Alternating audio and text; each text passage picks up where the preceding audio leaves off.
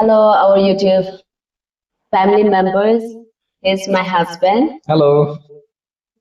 So I told him our Konyak revival song. Finally, we are going to sing together. Wherever we get married, it doesn't matter. We must be glorify His name always, because the Bible says we are one in Christ. So let's glorify our God's name together. Ũshei PEIKEI WANGDANGTE, Ũshei PEIKEI WANGDANGTE, Ũshei PEIKEI WANGDANGTE, Tüome. Ũshei PEIKEI WANGDANGTE, Ũshei PEIKEI WANGDANGTE, Ũshei PEIKEI WANGDANGTE, Tüome. Toloimei ngonhang, toloimei ngonhang, toloimei ngonhang, Jesu-e. Toloimei ngonhang, toloimei ngonhang, toloimei ngonhang, Jesu-e. Toma müktishiwa nang, toma müktishiwa nang, toma müktishiwa nang, Jesu-e. Toma müktishiwa nang, toma müktishiwa nang, toma müktishiwa nang, Jesu-e.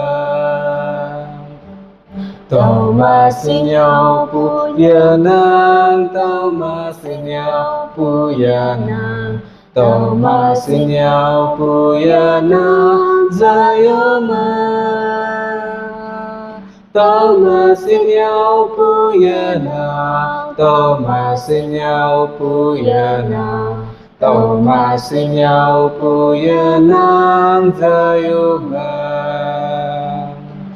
Toma üjao ngonhang, toma üjao ngonhang, toma üjao ngonhang, Jesu-e. Toma üjao ngonhang, toma üjao ngonhang, toma üjao ngonhang, Jesu-e.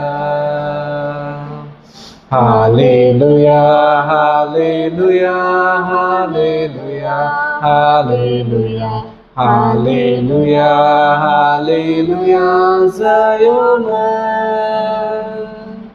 Halleluya, Halleluya, Halleluya, Halleluya, Halleluya, Halleluya, Jesu-e.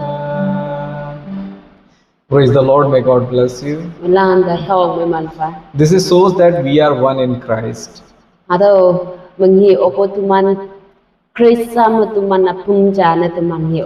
this is really God's grace that God united us, that we can be glorify God together.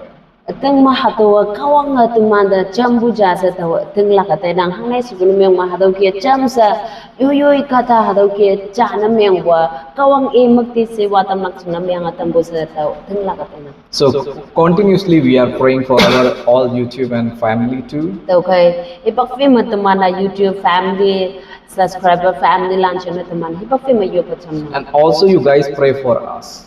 Because